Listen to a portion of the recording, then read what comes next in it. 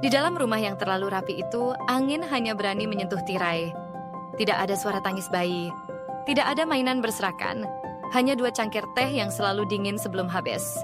Dan perempuan dengan mata letih yang tak kunjung tidur nyenyak. Namanya Kirana. Namanya berarti cahaya. Tapi di balik senyum tipis manis yang selalu ia tunjukkan setiap pagi pada suaminya, ada gelap yang tak kunjung pergi. Kirana duduk di sisi ranjang, tangannya menggenggam tespek dengan garis tunggal yang perlahan memudar. Sudah 7 tahun pernikahan mereka berjalan, dan setiap bulan selalu berakhir dengan harapan yang layu. Dimas, suaminya, tertidur lelap di sebelahnya, tidak tahu bahwa malam itu adalah malam Kirana menangis dalam diam. Sudah 7 tahun Kirana menjadi istri Dimas. Dan sepanjang 7 tahun pula ia belajar memeluk sunyi. Bukan karena cinta mereka hilang, justru karena cinta mereka terlalu dalam. Kehidupan rumah tangga mereka selama ini terlihat harmonis di mata luar. Dimas dikenal sebagai suami yang perhatian dan penuh kasih.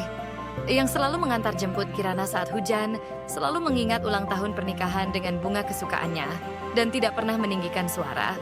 Namun kenyataan yang terjadi saat ini, Kirana merasa semakin tenggelam. Bahkan, ketika Kirana menangis dalam pelukannya setelah hasil pemeriksaan yang mengecewakan, Dimas hanya menggenggam tangannya lebih erat dan berkata, "Kamu lebih dari cukup untukku."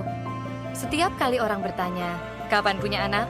dentuman yang mengakibatkan hatinya seperti sepucuk surat cinta yang dilipat dan disobek perlahan, perih.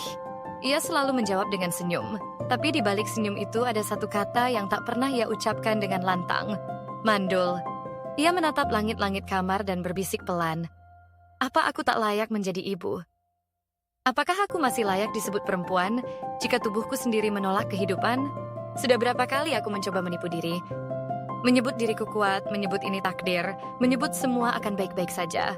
Tapi di dalam lubuk terdalam, aku tahu ada ruang kosong yang tak bisa kuisi. Aku lihat tatapan suamiku tiap kali melihat bayi. Ada rindu yang tak bisa ia ucapkan. Aku tahu dia tak pernah menyalahkanku. Tapi kadang diamnya lebih menyakitkan dari ribuan kalimat. Aku bisa bertahan dengan luka yang kusembunyikan, tapi tidak dengan harapannya yang terus kukubur.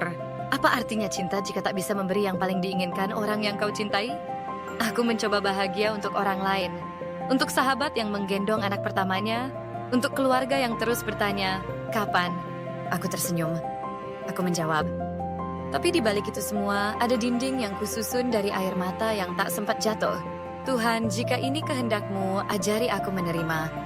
Ajari aku memeluk diriku sendiri tanpa rasa bersalah.